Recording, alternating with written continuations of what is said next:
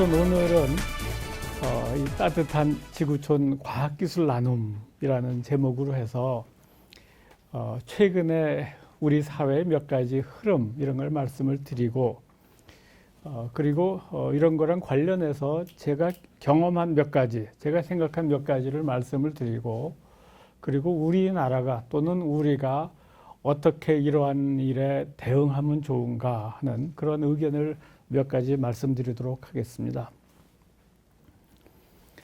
여러분들 아시는 대로 과학기술이라고 하는 것이 사람의 수명을 한 20년 늘리는데 큰 기여를 했다고 알고 있습니다.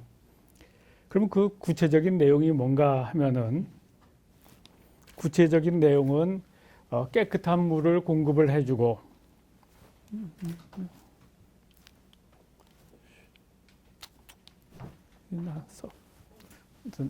깨끗한 물을 공급을 해주고 냉장고가 보급이 되고 그리고 메디컬 시스템이 좋아져서 그렇다 이렇게 얘기를 하고 있습니다. 그렇게 보면 음식에 관련되는 물과 음식에 관련되는 것 그리고 의료가 굉장히 중요한 거다. 어떻게 보면 인간의 수명을 연장시키는 것은 이제 과학기술이다 이렇게 얘기를 해도 될 것 같습니다. 그래서 저는 지금까지 과학기술, 그러니까 공과대 교수로서 이 과학기술 분야에 조그마한 교육과 연구를 하고 있다는 정도 자부심을 가졌는데요. 그러면서 과학기술이라고 하는 것은 우리나라의 또는 세계의 산업과 경제를 일으키는 주 원동력이다. 그리고 이것은 공공적으로 건강과 음식, 에너지, 환경에 관련된 이슈고 또 우리의 안보를 책임지는 것이 과학이다. 이런 차원에서 뭐 과학기술자로서 좀 긍지를 가졌습니다만 그리고 다른 생각을 못했습니다. 그러다가 어느 날 과학기술이라고 하는 것이 이거 외에도 지구의 어떤 가난한 나라들, 개발도상국에도 특별히 쓸모가 있구나 하는 그런 생각을 하게 됐습니다. 최근에 몇 가지 사례만 말씀을 드리면 이 국경 없는 과학기술자회가 만들어졌고요. 또 오늘도 나눔과학기술에서 우리 회장님 오셨습니다만 이런 나눔과기술이라고 하는 모임이 민간 차원에서 만들어졌고 또 여러분들 아시는 대로 이 우리나라에는 대외 원조를 만든 창구의 하나가 코이카입니다. 그리고 코이카와 정부의 아마 거의 모든 부처가 이런 대외 원조에 관련된 일을 하는 게 아닌가 이런 생각도 들고요. 최근에는 CSR, Corporate Society Responsibility다 그래가지고 기업체에서도 뭔가 좋은 일을 하겠다고 나서고 있고 그래서 삼성, LG 등등 이런 많은 기업이 뭔가 좀 좋은 일을 하는데 같이 참여를 하겠다고 얘기를 하고 있습니다. 최근에는 여러분들 아시는 대로 연구재단에서 산하의 지구촌 기술 나눔 센터가 생겼습니다. 아마 오늘도 그런 거하고 제목이 뭐 이렇게 비슷한 것 같은데요. 그리고 또 최근에는 이런 것들을 같이 논의하기 위해서 적정 기술 학회가 만들어졌습니다. 그리고 이제 이런 걸 관련해 가지고 지난 몇 년 동안 이런 것에 관련된 여러 가지 출판 사업 노력들이 이루어졌습니다. 그중에 최근 금년 가을 들어와서 이렇게 이런 거에 관련된 회의가 어떤 것이 있나 이렇게 한번 보시면 그 스테피하고 월드뱅크가 금년 9월에 STI 코퍼레이션이라고 하는 주제로 회의를 했고 여기 와 계신 우리 압사의 사무총장 계시는데 압사에서도 지속 가능한 개발을 위한 대한민국의 역할이라고 하는 주제로 회의가 이루어졌고 또 11월에는 스테피에서 ODA 성공 방식이다 하는 걸로 회의를 했고 또 며칠 전에는 미래부하고 적정기술학회가 주체가 돼가지고 적정기술 국제 컨퍼런스가 열렸습니다. 여기서 많은 논의가 있었습니다. 개도기기 원하는 기술을 줘야 된다든가 우리가 마음대로 하는 것보다는 수요자의 입장을 고려하는 것이 좋고 서스테이너블 해야 되고 하는 이런 논의들이 많이 있었습니다. 그리고 오늘 키스텝에서도 이와 같은 논의가 이루어지고 있습니다. 잠시 제가 지난 몇 년간 경험한 얘기를 해드리겠습니다. 이것이 아마 같이 경험을 공유하는 차원에서 좋지 않을까 생각을 하는데요. 한 7, 8년 전에 제가 그 필리핀을 가서 시골 농촌을 구경을 쭉 다녔는데 그때 거기 같이 갔던 사람이 필리핀 사람들이 피부병이 많이 걸려서 한국에서 가져간 그 연고 피부 치료제를 발라주니까 피부병이 낫더라 이런 얘기를 하더군요. 그래서 제가 왜 피부병이 걸립니까 했더니 물이 더러워서 그렇습니다. 그러면 물이 더러우면 어떻게 해야 되는 거냐?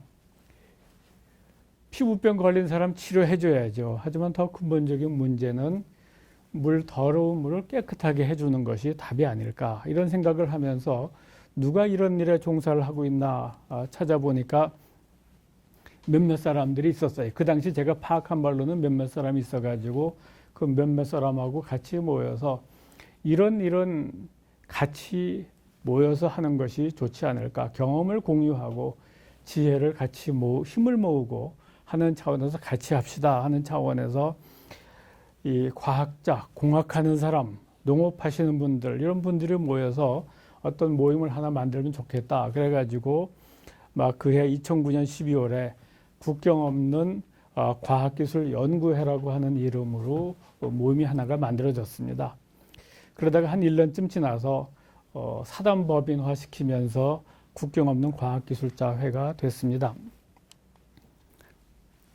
그래서 이런 그 물에 대한 얘기를 조금 더 말씀을 드리면 뭐 이런 사진은 많이 보셨을 텐데요. 그 아프리카의 어린 아이들이 깨끗한 물을 얻기 위해서 하루에 몇 시간씩 물통 하나 들고 왔다 갔다 하고 그러다 보니까 학교도 못 가고 기껏해야 물 한 통 길어오는 것밖에 안 되고 참 딱하니 어떻게 하면 좋으냐 해가지고 아마 전 세계에 그 가난한 사람들을 도와주는 사람들이 아이디어를 많이 냈습니다.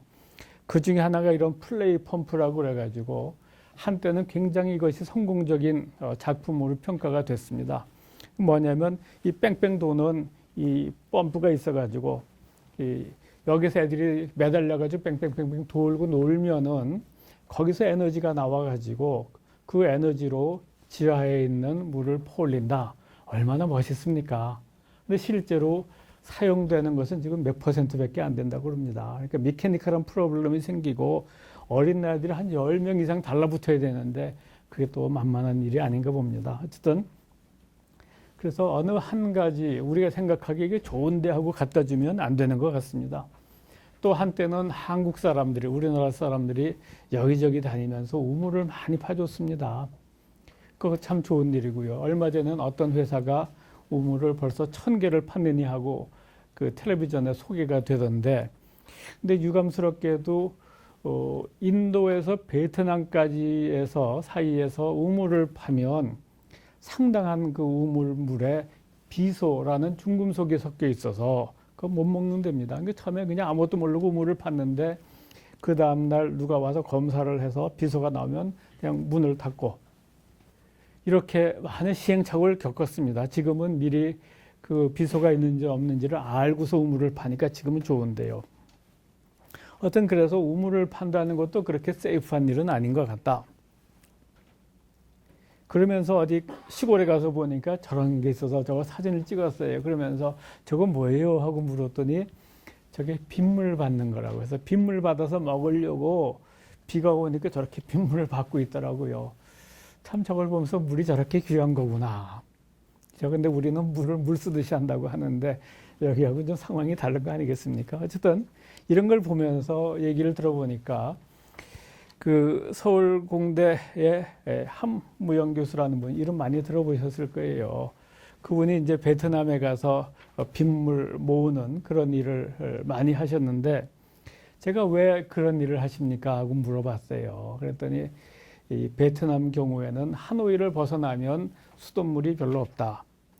시냇물은 오염이 돼서 먹을 수도 없고 우물을 파면 아까 말씀드린 대로 비소가 나와서 먹을 수도 없고 그러니까 안심하고 먹을 수 있는 게 저 빗물밖에 없다. 그래서 빗물을 받아주는 그런 일을 했다. 이렇게 말씀을 하고 계시더라고요. 어떤 우리 한무영 교수팀이 저런 일을 한 지 벌써 한 7, 8년 됐을 겁니다. 근데 한 5년은 진짜 시행착오를 많이 겪었습니다. 첫 해는 그 팀이 가서 빗물 받는 장치를 설치를 해주고 그리고 텔레비전 방송국 사람들하고 같이 가서 기념사진도 찍고 아주 멋있게 하고 왔습니다. 그런데 고맙게도 다음 해 또 갔어요. 또 갔더니 그거 잘 아무도 그 빗물 받아서 쓰는 거에 의존한 사람이 없더래요. 왜 그런가 봤더니 고장이 났다. 고장이 나면 내 것도 아니고 네 것도 아니니까 관심이 없습니다. 그래서 그걸 고쳐주고 그리고 그 다음에 또 갔더니 역시 잘 안 쓰고 있더라. 왜냐면 내 게 아니니까 관심이 없습니다. 그래서 사람들한테 돈을 조금씩은 내라고.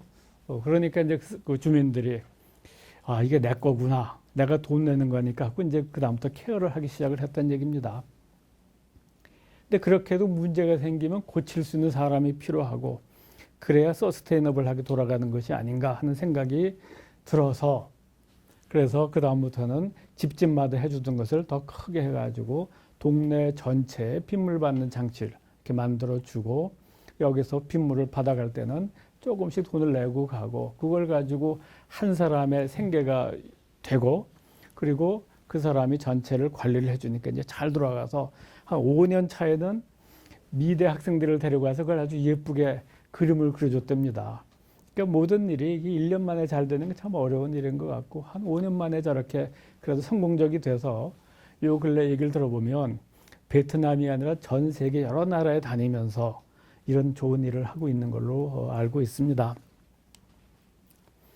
근데 그러면서 그 물이 더러워서 베트남 사람들이 고생하는데 물 어떻게 하면 좋은가 하고 이제 이렇게 수소문을 해보니까 광주 과기원의 어떤 교수님 한 분이 이런 옹달샘 정수기라는 것을 몇 개를 보급을 했다 하는 얘기를 들었습니다.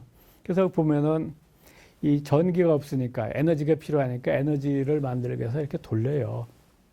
아, 그건 좋은 아이디어 같다. 그래도 물을 깨끗하게 하려면 필터가 필요하다. 그래서 필터가 저기 있어요. 그래서 저거 필터 언젠가 막히는데 저거 어떻게 하지? 저거 갖다 준다고 될 일이 아닌데. 이제 그런 걱정을 했습니다. 걱정을 하면서 이제 쭉 얘기를 듣는 것이 많은 나라에 많은 사람들이 뭐가 문제다 그러면 장치를, 기계를 갖다 주고 처음에는 기념사진 찍고 오서 그럴듯하지만 나중에 보면 실제로 돌아가는 것은 얼마 안 된다. 그러니까 뭔가 문제가 있는 거다. 그런 얘기를 하고 그러면서 이것이 현지의 니드에 맞는 현지 상황에 맞는 기술 제품이어야 돌아가는 거다. 라는 생각을 하면서 그리고 또 이것이 서스테이너블 하는 것이 중요하다라고 하는 차원에서 서스테이너블하게 해야 된다.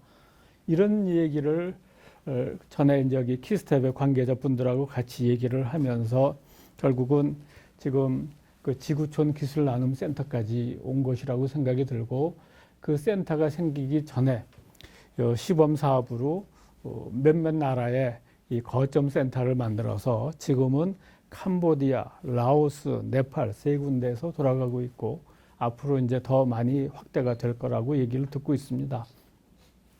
이 캄보디아 얘기를 말씀을 드리면 캄보디아에 문제가 많이 있지만 제일 기본적인 것이 마실 물이 깨끗한 게 없다. 이걸 어떻게 되느냐. 그래서 우리가 그냥 정수기 갖다 줄 수도 없는 거 아니겠는가. 어떻게 하면 좋은가. 그래서 현지의 니드 상황에 맞는 물 처리 기술이 필요한 거다. 이런 차원에서 이제 지금 물 관련되는 사업을 하시는 분들 또는 학교 분들이 거기에 가서 센터에 가서 일을 하시면서 그쪽의 문제를 하나씩 둘씩 현실에 맞게끔 도와주고 있으신 것 같습니다. 예를 들면 전기가 없으면 이렇게 돌려서 에너지를 낼 수도 있고 요즘 같으면 태양광으로 에너지를 줄 수도 있습니다. 또 전기가 있으면 좋고 그래서 지금은 에너지는 큰 문제가 되는 것 같지는 않은데 아까 말씀드린 것이 필터로 하는 것이 제일 믿을 수 있는 것인데 그 필터라면 필터 어떻게 갈아줘야 되는 거냐 걱정이 많습니다.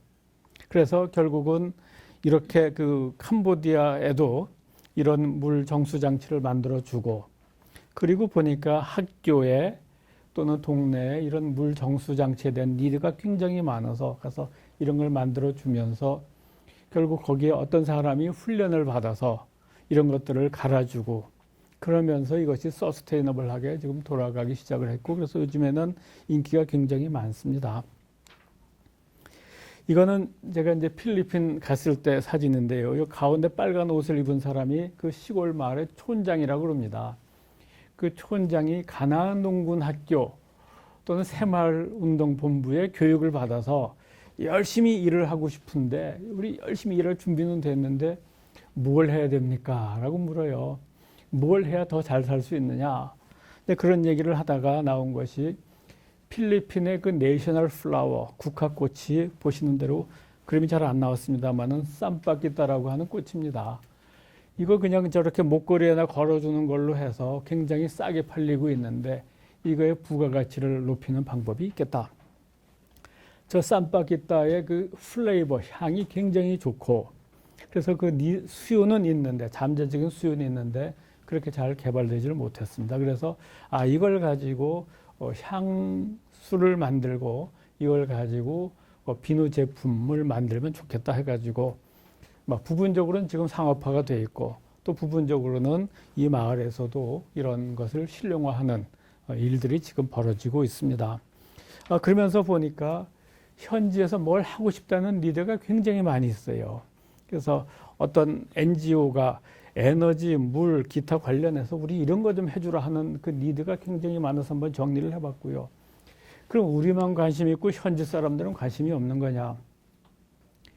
당연히 관심이 있죠. 그래서 필리핀의 예를 들면 제일 좋은 사립대학이 마닐라에 있는 라살 대학입니다. 근데 거기를 가봤더니 대학 차원에서 필리핀 대학이 필리핀 사람들의 가난을 외면을 할 수 있는 건 아니죠. 그래서 자발적으로 공과대학의 모든 학과가 이런 프로젝트를 하고 있고 대학이 이런 것을 장려를 하고 있었습니다.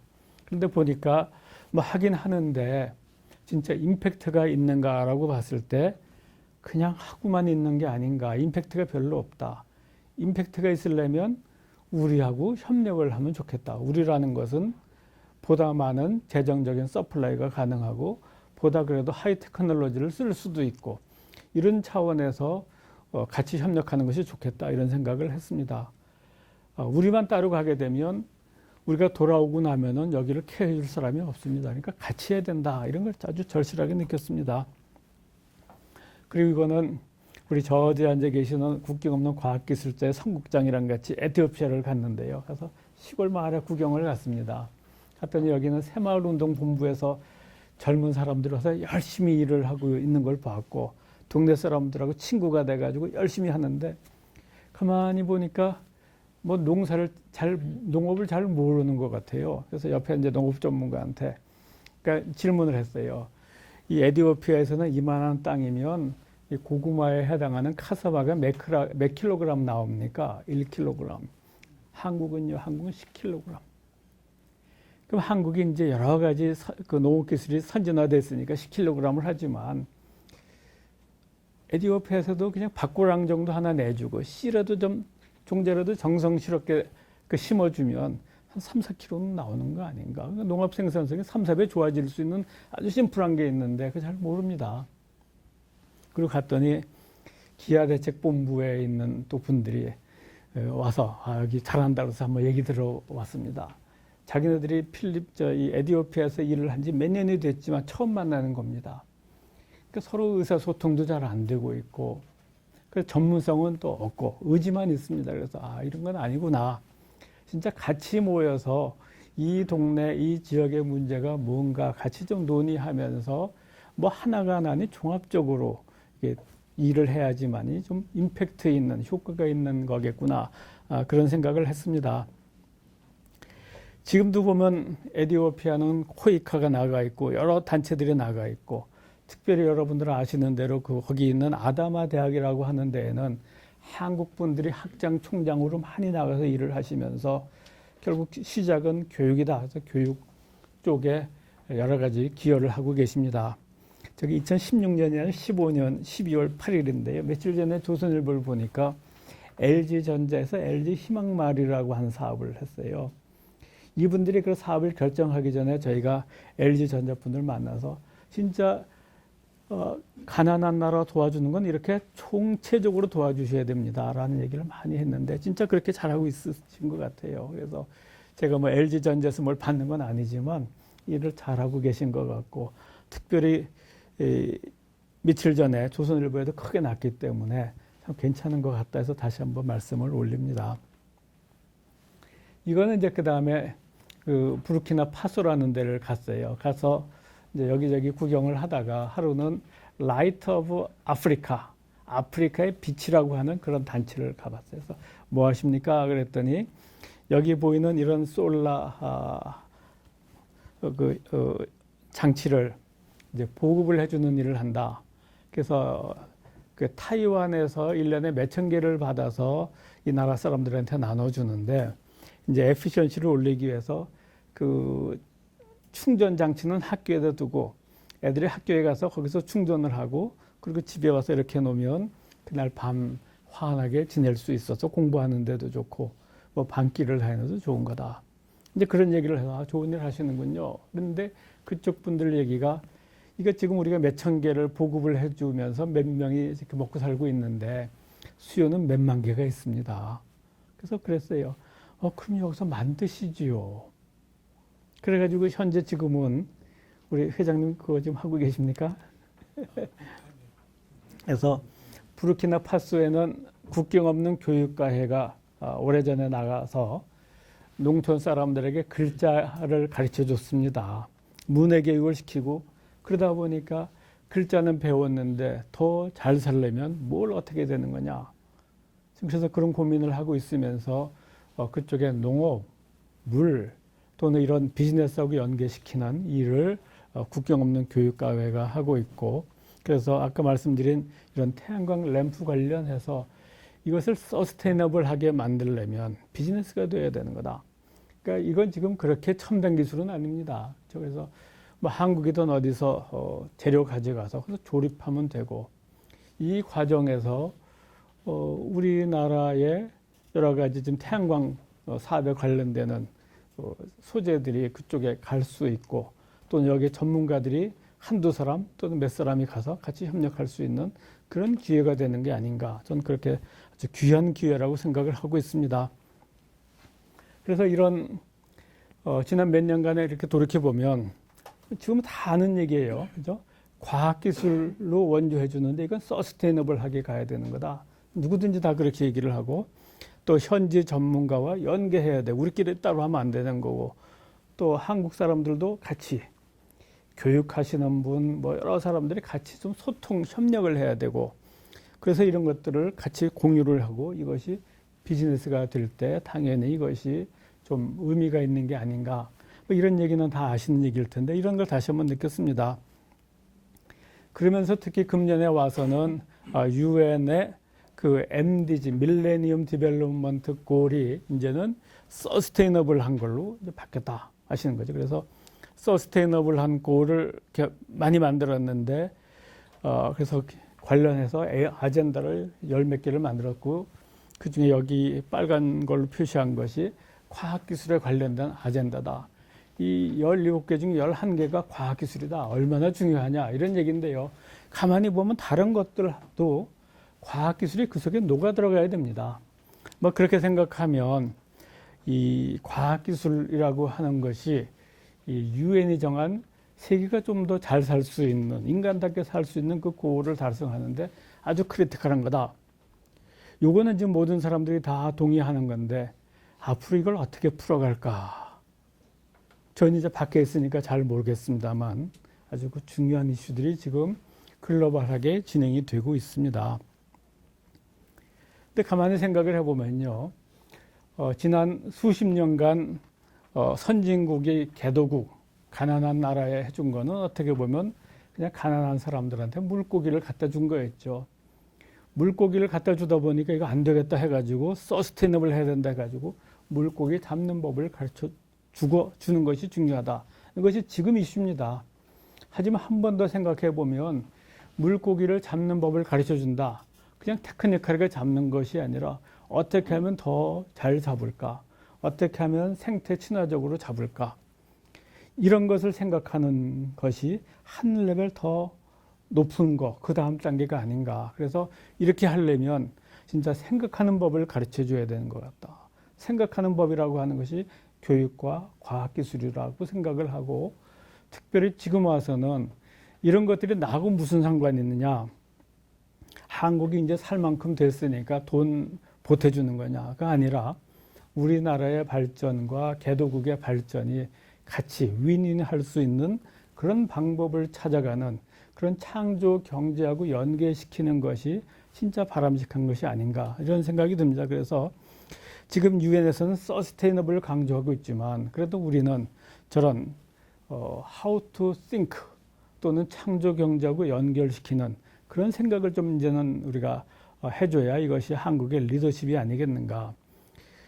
선진국은 가난의 경험이 별로 없습니다. 근데 우리는 지난 50년, 60년간 모든 경험을 다 해왔기 때문에 진짜 개도국에서 한국 사람들의 그 경험을 굉장히 귀중하게 생각을 하고 한국 사람들 친구가 되고 싶어 하고 한국 사람들과 같이 일을 하고 싶어 합니다.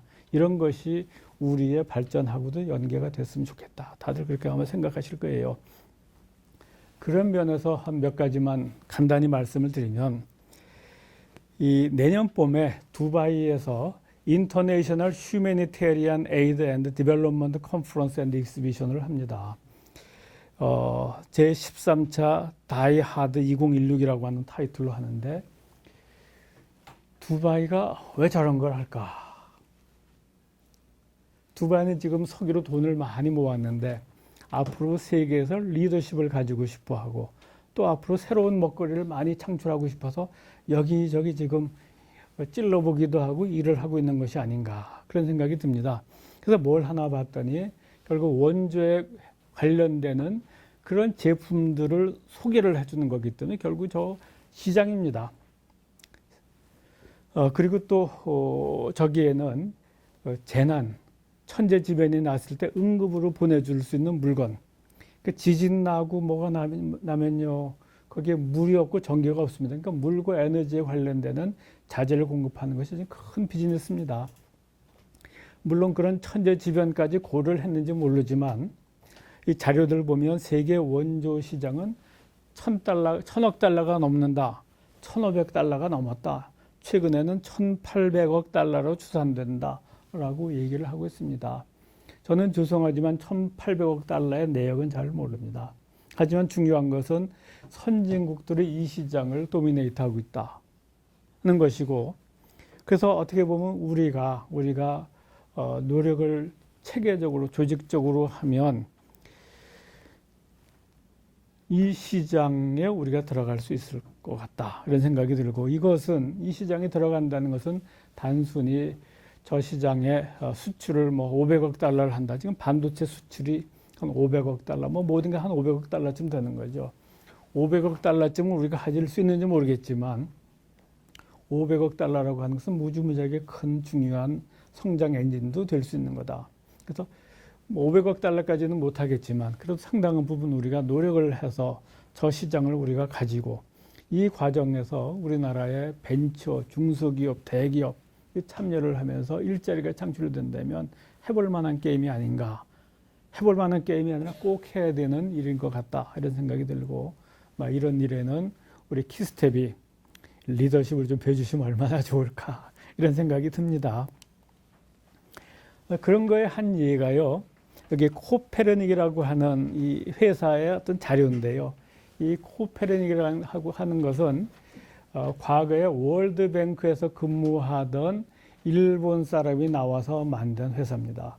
월드뱅크에서 일을 하다 보니까 세계 가난한 나라에 많은 원조 물자를 제공을 해주면서 이런 것들이 돈이 되는구나 하는 걸 알아서 물론 인도적인 차원에서 이런 것들이 그런 사람들의 그 니드에 부합하는 제품이나 하는 걸 알지만 또 말을 바꾸면 이것이 시장 마케팅의 대상이 되는구나 하는 걸 알아가지고 이 회사는 이러한 제품들, 물, 에너지, 농업에 관련되는 이런 제품들을 모아서 전 세계에 홍보를 하고 판매하는 이런 일을 하는데 이거 쉬운 일은 아닙니다만은 천재지변이 나면 뭐 하이티든 어디든 이렇게 나면은 이 제품들이 그냥 아주 잘 많이 들어간답니다. 그래서 이런 걸 한번 좀 체계적으로 조사를 해볼 필요가 있겠다 생각이 듭니다. 이거는 또 여러분들이 많이 보셨을 라이프 스트로라고 하는 진짜 흙탕물에 가서도 물을 안심하고 먹을 수 있는 장치인데요. 그냥 이거 하나 있으면 어디 가도 물 걱정은 없다는 그런 겁니다. 그냥 라이프 스트로 해가지고 그냥 이렇게 빨대인 줄 알았더니 그게 아니고 이 속에는 아주 첨단 그 필터가 들어가 있습니다. 멤브레인이 들어가 있고 이 회사는 지금도 연구 개발을 굉장히 열심히 해서 어떻게 하면 더 싸게 만들고 더 좋게 만드나 이런 연구를 한답니다. 그래서 이런 분야도 연구 개발이 기본적인 것 같다 생각이 들고요. 2010년에 국경 없는 과학기술자에서 컨퍼런스를 하면서 이런 제품을 몇 개를 소개를 했는데 저희 학부의 윤재영 교수가 이런 걸 보여줬어요. 이게 뭡니까 했더니 에너지가 없는 동네에서는 저렇게 솔라 패널 가지고 에너지를 얻어내고 그리고 여기 조그만 그 유리잔에 들어가 있는 것이 소금물 분해 장치입니다.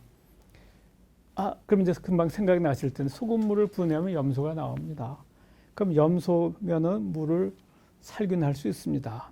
그러니까 우리가 저기 오지를 여행할 때 살 때 제일 걱정되는 게 물이 세균에 오염돼서 수인성 질병이잖아요. 그걸 막을 수 있는 거다. 이거는 그런 컨셉을 비해준 건데 이거 들고 다닐 수는 없는데 어떡하나 했더니 그래도 시간이 몇 년 지나니까 이렇게 만들었어요. 만들어서 이거는 그래도 전기 포트 같이 저 어디다 꼽으면 되는 거지. 뭐 없으면 솔라 패널 붙이면 되는 거죠. 그래서 여기다가 물 1리터를 채우고 소금을 한 요만큼 정확한 양은 제가 모르겠어요. 한 1g 정도 집어넣고 몇 분 기다리면 분해가 돼서 염소가 나오고 저것을 200리터 큰 드럼통이잖아요. 200리터 이렇게 부으면은 살균이 돼서 안심하고 먹을 수 있는 물이 되는 거다. 이제 우리도 저렇게 몇 년간 좀 연구 개발 노력을 하니까 이런 제품이 이제 소개가 되고 있습니다. 어쨌든 그래서 연구 개발 이런 거하고 관계가 없는 것이 아니라 이런 것은 밑바탕이 되어야 되는 것 같다. 이런 말씀을 드리고 그 다음에는 아시는 대로 이런 거랑 관련해서 선진국에서는 돈만 주고 기자재만 파는가 했더니 그게 아니고요. 대학에서 교육에 많이들 활용을 합니다. 생각을 해보면요. 진짜 이런 이슈를 다룬다라고 하는 것은 글로벌 이슈에 대한 이해입니다. 그 다음에 뭔가 새로운 그 사람들 니드에 맞는 새로운 제품을 만드는 거니까 창의적인 설계고요. 혼자 하는 게 아니라 여러 사람이 하는 거니까 팀워크, 융합이 이루어지는 거고 이걸 하면서 따뜻한 생각을 갖게 하니까 인성교육에 좋고요. 결국 이것을 보급하려면 비즈니스가 돼야 됩니다. 그래서 이런 여러 가지 요소들이 이런 것을 교육시키는 그 안에 다 녹아 들어가 있습니다. 그렇게 생각하면 이것처럼 멋있는 교육이 없습니다. 아시는 대로 공과대학에는 공학교육연구센터라고 한 것을 수십 개를 만들어서 공학교육을 잘 시키려면 센터에서 이렇게 서포팅을 해줘라 또는 방향을 제시해줘라 이러고 있고 그 중에 하나가 창의 설계입니다. 그래서 우리 사회의 문제를 가지고 뭔가 설계하는 일을 하는데 이것도 그 중에 하나라고 하면 그렇게 그 교육하고 연계를 시키면 뭐 고등학생이든 대학생이든 특별히 이런 분야의 그 기술은 그렇게 첨단이 아니어도 좋기 때문에 고등학생도 할 수 있고 대학생도 할 수가 있습니다. 이렇게 생각하면 이것이 참 멋있는 앞으로 우리 21세기 한국의 창조 경제형 교육이 아닌가 또는 융합 교육이 아닌가 해서 이런 것이 교육에 참 많이 녹아 들어갔으면 좋겠다 이런 생각을 합니다. 그래서 이제 시간도 많이 가고 그래서 제가 이제 이게 마지막 페이지인데요. 말씀을 드리면 제가 지금까지 이제 말씀드린 거에서 앞으로 우리 정책적인 걸 이렇게 연계를 시켜보면 물론 지구촌 기술나눔센터가 생겨서 좋은 일을 할 거라고 예상은 하고 있습니다만 1년에 한 5억, 10억 써가지고서는 좋은 일을 그냥 잘 안 됩니다. 할 수 있는 게 한계가 많습니다. 그래서 뭔가 집중적으로 한 10억이 아니라 100억, 200억을 써가지고서 집중 투자를 해야지 효과가 나오는 게 아닌가. 그래서 지금 해야 되는 것이 외국의 시범센터 많이 만들고 그거 잘해야죠. 하지만 그거보다 제일 기반이 이런 것을 젊은 사람들한테 홍보하고 교육시키는 그런 걸 하는 교육센터 또 이것을 뒷받침하는 연구개발하는 그런 연구개발 기능 그리고 이런 그 정보들을 과학기술자뿐만 아니라 모든 관련되는 분들, 시민단체 등등과 같이 공유할 수 있는 적정기술정보센터 이런 사업이 기본적인 거라고 생각이 들고 아마 그 나눔센터에서 이런 생각을 하실 텐데 좀 화끈하게 해주셨으면 얼마나 좋을까 이런 바람이 있고요. 그다음에 이런 일들이 우리나라에서만 일어나도 뭐 괜찮겠지만 그래도 바람직하면 우리나라의 어떤 위상을 생각을 하고 또 앞으로의 창조 경제 이런 먹거리를 생각을 한다면 좀 더 글로벌하게 생각을 해줘야 된다 이런 생각이 듭니다. 글로벌하게 생각을 한다는 것은 이런 일에 관련되는 전 세계 사람들을 네트워킹을 했으면 좋겠다. 가만히 보면 네트워킹이 별로 없어요. 두바이가 지금 그런 거를 한다고 하지만 거기는 두바이기 때문에 장점도 있지만 한계점도 많을 거다 생각을 하고 우리가 한다면 해볼 만한 게임인 것 같다. 그렇게 어려운 일은 아닌 것 같다. 그래서 이런 것을 글로벌하게 네트워킹을 하고 우리도 엑스포를 하면서 우리의 산업하고 연결시키고 그런데 제가 지금 이렇게 말씀은 드리지만 이 세부적인 내용을 뭘로 하는 것이 좋은지 이거 잘 모르겠어요. 그래서 이런 것들에 관해서 뭔가 좀 조사도 하고 기획을 해서 이것이 우리의 진짜 먹거리와 위상제고로 연결시킬 수 있는 이런 걸 찾는 게 참 중요한 게 아닌가. 그래서 여기에 우리 저 키스텝의 역할이 있다고 저는 생각을 합니다. 그리고 제가 이제 얼마 전까지 이 공무원 교육을 시키다 보니까 공무원들이 이런 걸 좀 알아야 돼요. 그래서 공무원들을 대상으로 하는 글로벌 교육 진행이 되고 있습니다. 또 외국 공무원들도 한국의 경험을 배우러 많이 옵니다. 그럴 때 이런 세계가 같이 잘 살 수 있는 그런 내용에 대해서 이 교육에 포함을 시키고 같이 토론할 수 있으면 좋은데 이런 게 자료도 별로 없고 그렇습니다. 그래서 뭐 이거는 아주 작은 일입니다만은 이런 것들을 공무원들하고 같이 공유할 수 있는 외국 공무원들 같이 갈 수 있는 그런 교육 커리큘럼, 교육 자료를 만들 수 있으면 진짜 그 힘이 거기서도 나오는 거 아니겠습니까? 거기서도 나오는 거니까 이런 일은 큰 돈 안 들이고 할 수 있는 것 같다 차원에서 그냥 간단하게 누군가가 좀 해줘도 좋겠다 이런 생각이 듭니다. 그래서 제 얘기를 매듭드리면 우리 혼자서 할 수 있는 것은 별로 없습니다. 하지만 이런 작은 노력들이 모이게 되면 참 아름답고 따뜻한 지구촌이 되는 것이 아닌가 이런 생각을 하면서 오늘 이제 여러 가지 부족한 얘기도 이 정도로 마치겠습니다. 감사합니다.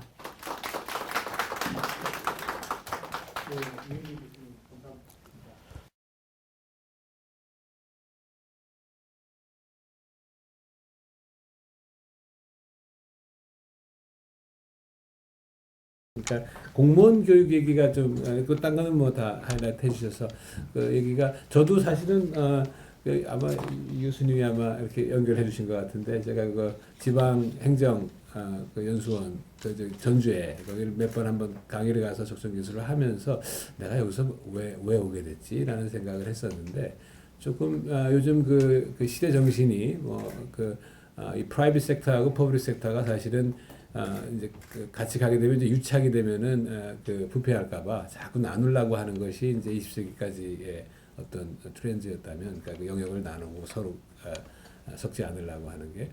근데 사실 요즘 시대적인 그런 요구들을 맞추기 위해서는 물론 부패하지 않으면서 프라이빗 섹터하고 퍼블릭 섹터가 어떻게 잘 협력할 것인가 하는 거가 어떻게 보면은 큰 숙제라는 생각이 듭니다. 거기에서 굉장히 중요한 역할을 해야 되는 것이 공무원들이고, 그래서 제 생각에는 이런 과학기술 쪽에 이런 기회가 있고, 이게 굉장히 그 과학기술자들만의 문제가 아니라 사회학, 정치, 문화, 뭐 하여튼 모든 것들이 얽히는 그런 영역의 것이기 때문에 그런 것들의 리더십을 우리 공무원들이 지방이든 하여튼 중앙정부든 하면서 그런 안목을 가지고 이렇게 주도를 하면 거기에 이제 프라이빗 섹터가 제품들을 만들고 실제로 거기에 또 산업도 일어나고 창조경제 같은 게 이루어지지 않나 그런 생각 오늘 또 그 말씀해 주시는데 굉장히 좀 오늘 재밌게 좀 들었고요.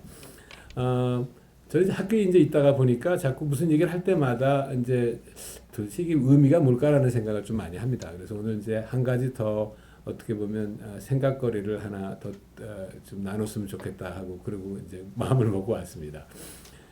우리가 이제 보통은 그냥 지금 오늘 기조도 되게 그랬고요. 우리 한국의 좋은 경험을 개도국들에 나누면서 거기에 이제 비즈니스도 만들어지고 그래서 우리에게는 창조경제 어떤 가능성 그쪽도 잘 되고 이제 하는 그런 것들을 모색해보자 하는 전체적인 흐름에서는 뭐 좋습니다만은 거기에 좀 한 가지 더 생각을 했으면 좋겠다는 생각을 해봅니다. 사실 돌아보면 뭐 저는 뭐 그렇게 아주 빈곤함을 겪는 그런 세대는 아니었었고요. 또 집도 뭐 유복했기 때문에 그렇게 고생을 하진 않았지만 우리 한국민들이 겪었던 그 한 반세기 동안의 그 경험들을 보면 한마디로 정신이 좀 없었다. 그러니까 생각을 해볼 기회가 없었다 하는 그런 생각을 좀 해봅니다. 그래서 어찌 보면 지금 우리가 적정 기술에 관심을 갖는 것은 한 발짝 더 나가서 기술에 대해서 한번 다시 생각을 해보고 있는 거 아닌가. 그리고 그것이 우리의 그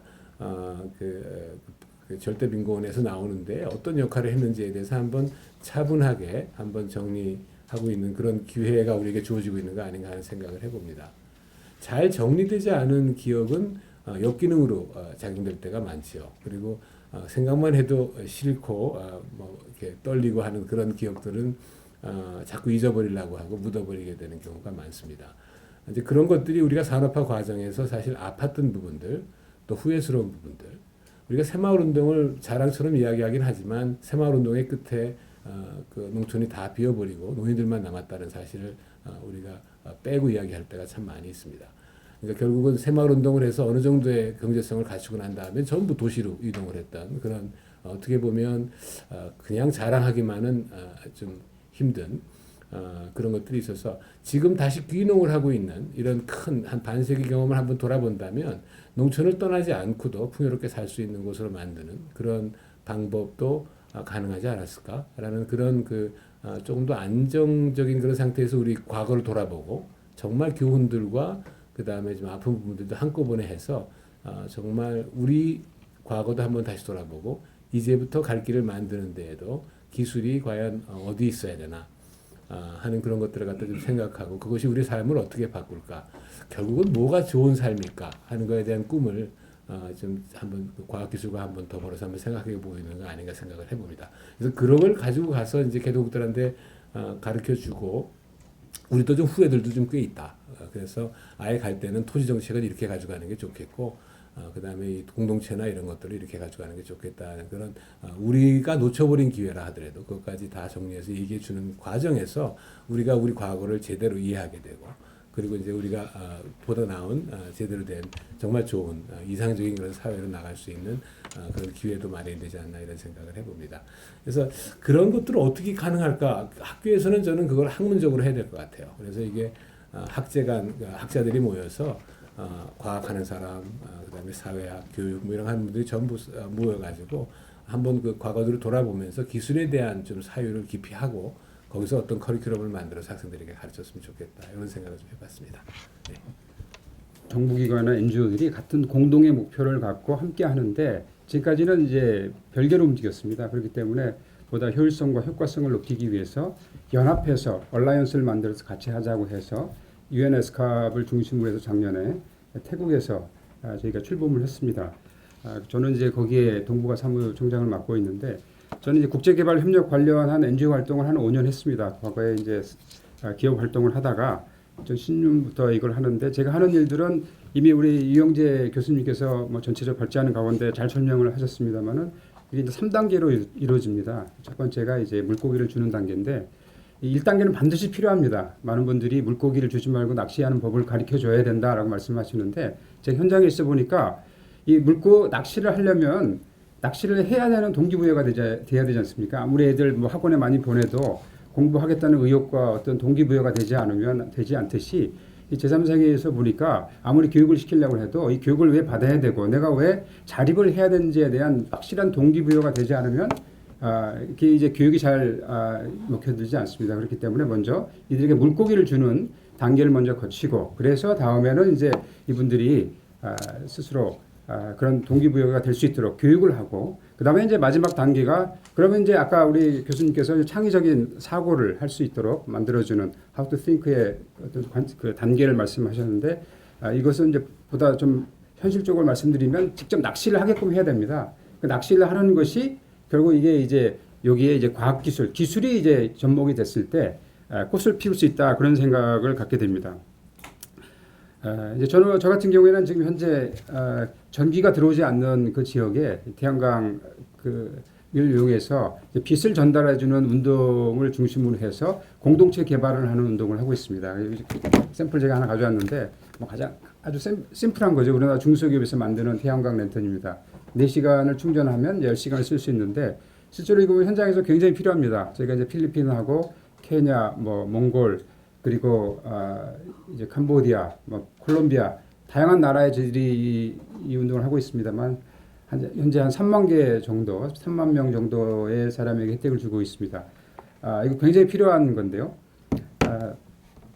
이것을 시작으로 해서 교육을 시키고 지금 이제 필리핀 같은 데는 40개 마을에서 실질적인 이 낚시를 하게끔 그 자립을 위해서 뭐 버섯 또 키우고 그 다음에 이제 양계장도 하고 염소 농장도 하고 뭐 이런 이제 과정들을 겪으면서 특히 3단계에 있어서 이분들에게 정말 필요한 이 기술들이 어떻게 하면 접목되게 할 것인가를 놓고 많은 고민을 했습니다. 예를 들면 제가 필리핀에서 제가 그 양계장을 하는데 아시다시피 필리핀은 이 닭에 대한 수요가 굉장히 많거든요.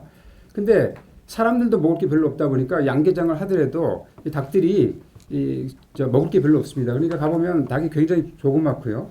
또 한 가지는 이 닭은 보니까 금방 죽습니다. 한 마리가 죽으면 그냥 함께 그냥 다 죽더라고요. 그래서 어떻게 하면 이 사람들에게 좀 닭도 건강해지고 또 좀 커져서 농가 소득을 올리게 할까 이렇게 하다가 한국에 조그마한 강원도 횡성에 가면은 동물병원을 하고 계신 분이 있는데 그분이 그 축산과를 나오신 박사셨어요. 근데 그분이 사료 첨가제를 개발해서 그것을 이제 횡성에서 닭하고 소 이런 걸에게 먹이면서 지금 실험을 하고 계신 분인데 굉장히 놀랍더라고요. 예, 그 보니까 9시 그 KBS 9시 6시 내 고향이라는 프로그램에도 나왔었는데 그러니까 이걸 첨가제를 먹으면 닭이 한 2배 정도 커집니다.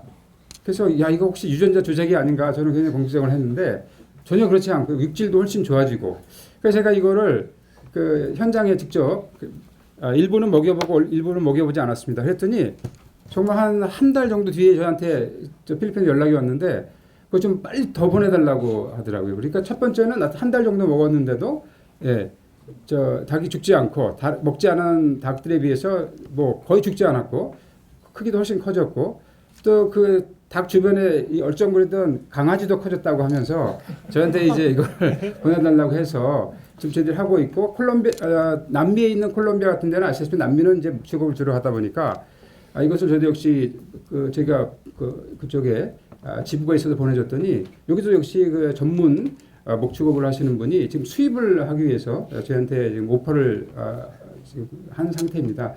그래서 제가 이걸 보면서 다시 한번 이런 산재에 있는 그렇지만 여기에 마케팅하는 방법을 모르고 또 펀드가 없어서 이 대량 생산을 하지 못하는 한국 기업들에게 도움을 줄 수 있는 그러면서도 직접적인 제3세계에 도움을 줄 수 있는 것이 참 필요하겠다. 그런 플랫폼이 필요하겠다 생각해서 아까 발제하셨던 이제 이용재 교수님을 찾아뵙고 이런 말씀을 이제 드리면서 그러면 우리가 적정 기술과 원조 조달 관련된 엑스포를 한번 해보면 어떻겠느냐라는 이제 아이디어를 갖고 현재 유엔 측에서도 제가 다행히 이제 하고 있는 일들이 유엔과 관련돼 있어서 지난 2달 전입니다. 한국에서 지속 가능한 개발을 위한 대한민국의 역할이라는 주제로 국제 포럼을 했는데 압사의 공동 회장을 맡고 있는 그 에스캅의 책임자가 와서 그 적정 기술을 관련한 엑스포 관련한 아이디어를 듣고 이거야말로 유엔이 지금 찾고 있는 바로 그런 아이디어다.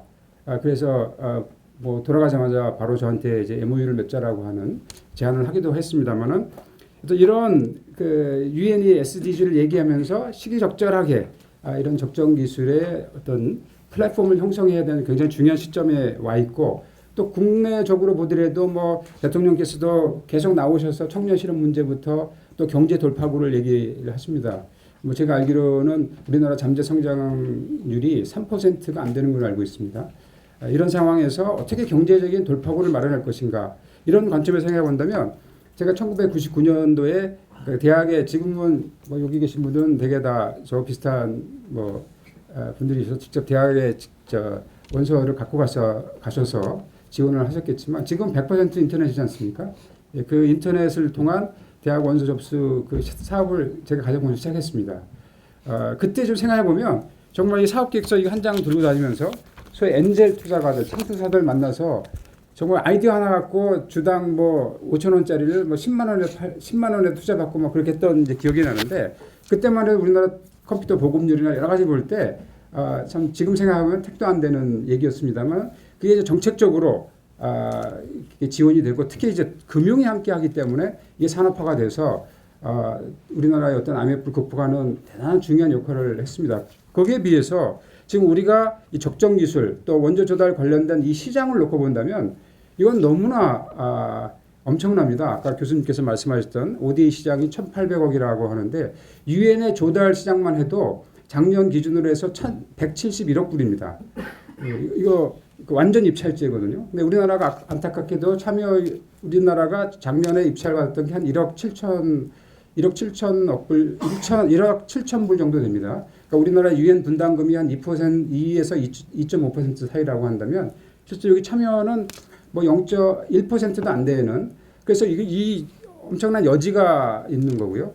또 요즘에 그 소위 3,000불 이하로 살아가는 이분들을 단순한 원조 대상이 아니라 이분들을 BOP, bottom of 피라미드라고 해서 이제 하나의 시장으로 경제 규모로 시장으로 봐야 된다라고 하는 생각들이 많이 일어나고 있습니다. 그 시장을 경제 규모로 따져보면 무려 5,500조에 해당됩니다. 그렇기 때문에 이런 그 무한한 시장을 놓고 생각해 본다면 이 엑스포 적정 기술과 원조 조달 관련 엑스포의 한국 주체는 이거는 새로운 돌파구가 될 수 있겠다라고 하는 그런 제 경험적으로 아주 확신을 갖게 되고 또 이것을 놓고 제가 그동안 많은 분들과 얘기를 나눴을 때 뭐 아이디어 면에서는 거의 동감을 하는 것 같습니다. 단지 이제 누가 먼저 방울을 다느냐 하는 문제인데 이것이 가능하게 되려면 아까 말씀드린 것처럼 이 생산자와 소비자 만에 또 연결이 돼서 가능한 것이 아닙니다. 이건 반드시 이 생산자와 소비자가 연결됐을 때 이거 생산이 가능하겠도록 산업이 가능하겠도록 만들어주는 이 금융이 함께 해줘야 됩니다. 이것을 이제 이 금융 쪽에서는 이제 임팩트 인베스트먼트라고 해서 2007년도 그 리먼 브라더스 사태 이후에 소위 금융가에서도 단순하게 돈만 벌지 말고 사회적으로 좋은 일을 하면서 돈을 벌자라고 하는 그런 취지에서 이제 임팩트 인베스트먼트라고 하는 이제 개념들이 나타나면서 지금 그 유럽이나 이제 미국에서는 이런 부서들이 굉장히 활발하게 움직이고 있습니다. 다행히 이런 이제 금융 섹터들이 마련되고 있기 때문에 이 임팩트 인베스트먼트가 함께 하게 된다면 이것은 산업이 될 수 있다라고 보여지고 이제 그러면서 하는 가능성을 제가 본 것은 지난주에 유럽에서 그 커다란 그 금융회사를 운영하신 유럽 분이 이제 오셨을 때 제가 아까 말씀드렸던 그 사료 첨가제 그리고 이 당나무를 가지고 또 섬유와 또 다양한 형태의 그 사업을 할 수 있는 그 아이디어를 가지신 분, 그다음 물에 관련된 분 세 분을 소개했는데 뭐 정말 그분이 깜짝 놀랄 정도의 그 기술력과 그런 가능성이 있는 부분들이었습니다. 그런데 그분들이 지금까지 좋은 걸 갖고 있으면서도 아까 말씀드렸던 것처럼 이제 그 펀드가 없고 두 번째는 이제 마케팅 방법이 없어서 이제 그냥 그 조그만 규모로 아니면은 그냥 연구실 단계에서 머물렀던 것을 이제 이분을 통해서 이제 유럽으로 진출할 수 있는 하나의 그 가능성은 이제 열게 됐는데 이런 것들이 굉장히 많을 것이다 그런 생각이 듭니다. 이것이 아까 말씀드렸던 한국의 어떤 새로운 돌파구가 될 수 있고 특히 청년 실업 문제에 굉장한 그 도움이 될 수 있겠다 생각이 들어서 뭐 결론적으로 이런 그 엑스포를 위한 유엔과 또 우리나라의 그 정부와 또 NGO들, 학계들 함께 해서 그리고 여기에는 단순하게 그냥 엑스비션만이 아니라 여기 제가 하나의 예로 이걸 가져왔습니다만은 이건 저희가 하는 거고 이거는 이제 그 유럽의 유명한 아티스트인 올라프 엘리아슨이라는 분이 이제 그 만든 태양광 랜턴입니다. 이게 저 리틀 선이라고 그래서 이게 하나의 그 문화 코드로도 자리 잡게 되는데 이게 지금까지 한 100만 개 이상이 제가 알기로는 지금 팔리고 있고 작년에는 그 블룸버그 인베스트먼트 회사로부터 무려 500만 불을 투자를 받았습니다. 그러니까 적정 기술 아이템이라고 해서 그냥 디자인이 아무렇게나 만들어서 되는 것이 아니라 이렇게 디자인이 가미되면 엄청난 이제 이게 부가 창출된다는 것이죠. 그러니까 우리나라에 뭐 제가 정확한 수치를 갖고 있지는 않습니다만은 미술 전문가한테 제가 여쭤보니까 산업 디자인과 출신들이 1년에 수천 명이 배출이 된답니다. 근데 이들을 과연 수용할 수 있는 우리나라 시장이 돼 있느냐라고 본다면 적정 기술과 디자인이 결합됐을 때 이것은 단순하게 제3세계에 있는 어려운 분들을 대상으로 하는 것뿐만 아니라 선진국에 있는 많은 사람을 대상으로 이 아이템처럼 또 이게 그 시장이 열릴 수 있기 때문에 그런 면에서 그 엑스비션과 이 적정 기술과 디자인을 결합한 그런 디자인 또 전시 그리고 무엇보다도 한국형 발전 모델을 배우고자 하는 많은 그 국가들이 있지 않습니까? 이 분들에게 한국형 발전 모델을 공유할 수 있는 워크숍 이 세 가지가 결합된 형태로 된다면 저는 우리나라가 앞으로 21세기를 주도할 수 있는 어떤 국제적인 리더로서의 확고한 자리를 잡을 수 있겠다. 그게 진정한 우리가 추구하는 소프트 파워가 아닌가. 한류가 소프트 파워가 될 수는 없습니다. 그런 면에서 이 엑스포가 그런 중요한 계기가 될 수 있다고 생각되어서 앞으로 그런 부분에서 관심을 갖고 함께 저희 그 NGO와 더불어서 이 부분들을 준비할 수 있는 기회가 됐으면 하는 바람입니다. 감사합니다. 이영진 교수님 뵈서 좀 반가웠고요. 나머지 두 분들도 뭐 이렇게 현장에서 많이 그 좋은 일 하셔가지고 많이 배울 수 있을 것 같은 기회였고요. 오늘 말씀 주신 거 보니까 한 네 가지 정도로 나눌 수 있을 것 같아요. 그래서 나눔이라는 거에 대한 어떤 고민, 그다음에 과학기술, 특히 이제 적정기술, 그다음에 지속 가능성, 그다음에 이제 뭐 궁극적으로 이제 공동 번영, 요거에 대해서 한번 고민을 해봤는데요. 일단은 얼마 전에 제가 TV 프로그램에서 이제 나눔이라는 거 스페셜 무슨 프로그램을 본 기억이 있는데 거기서 이제 한 스터디를 한 게 기억이 나요. 그래서 하버드 대학생들 대상으로 해가지고 돈을 형태로 줬어요. 한 번은 돈 주고 네 맘대로 갖고 싶은 거 써봐라. 그다음에 한 번은 다른 사람을 위해서 써봐라.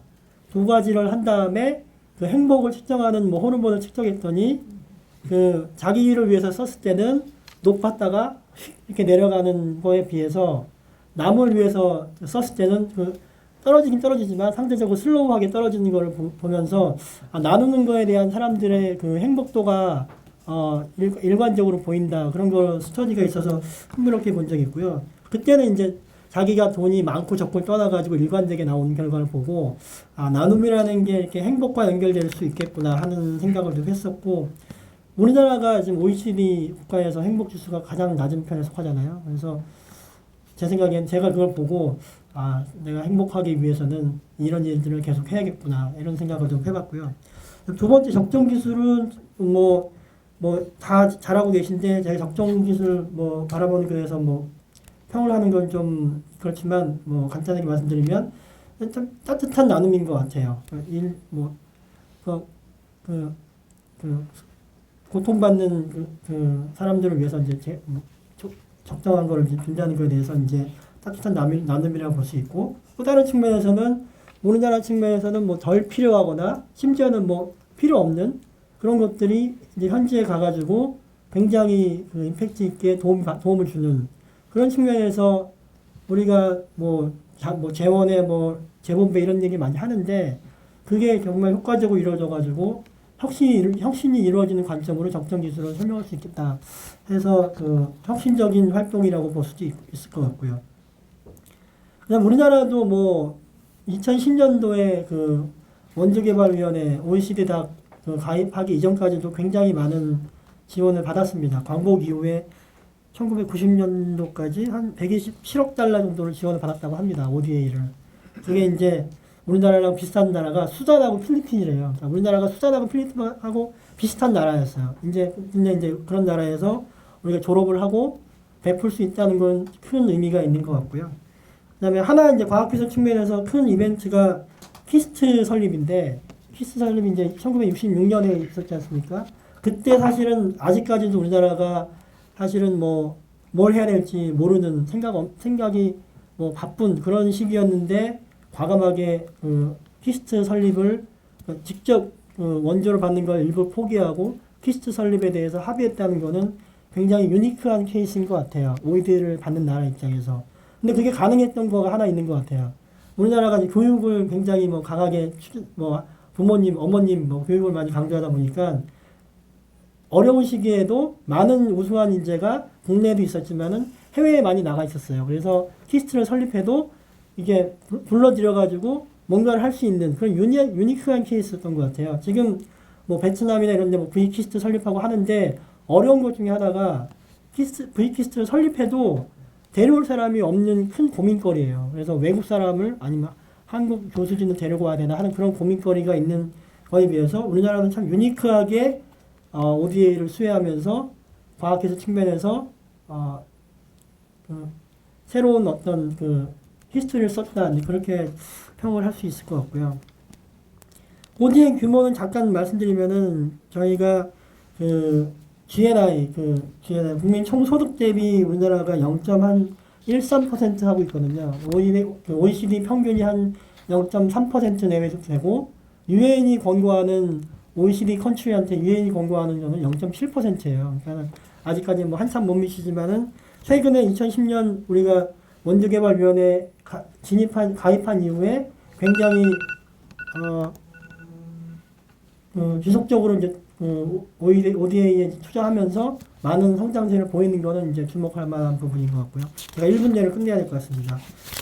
그 뭐 지속 가능성은 많이 말씀하셨기 때문에 구체적으로 얘기 안 하지만은 저희도 이제 키스텝도 과학기술 저희는 기술 가지고 하는 기관은 아니고 과학기술 정책이나 혁신 이런 거에 대해서 이제 가르쳐주고 트레이닝 시켜주고 하는 프로그램을 합니다. 그래서 유네스코 산하 그 과학기술혁신센터 말레이시아에 있는 센터하고 MOU 맺어가지고 올해 이제 7년째 최근에 했었고요. 그래서 그분들을 보니까 한 세 그룹으로 나눠지더라고요. 그래서 과학기술에 투자를 해야 되냐 말아야 되나 고민을 하는 그 나라 그룹이 있고 그 다음에 과학기술을 하고 있는데 어디에 투자해야 되느냐 하는 그런 고민하는 나라.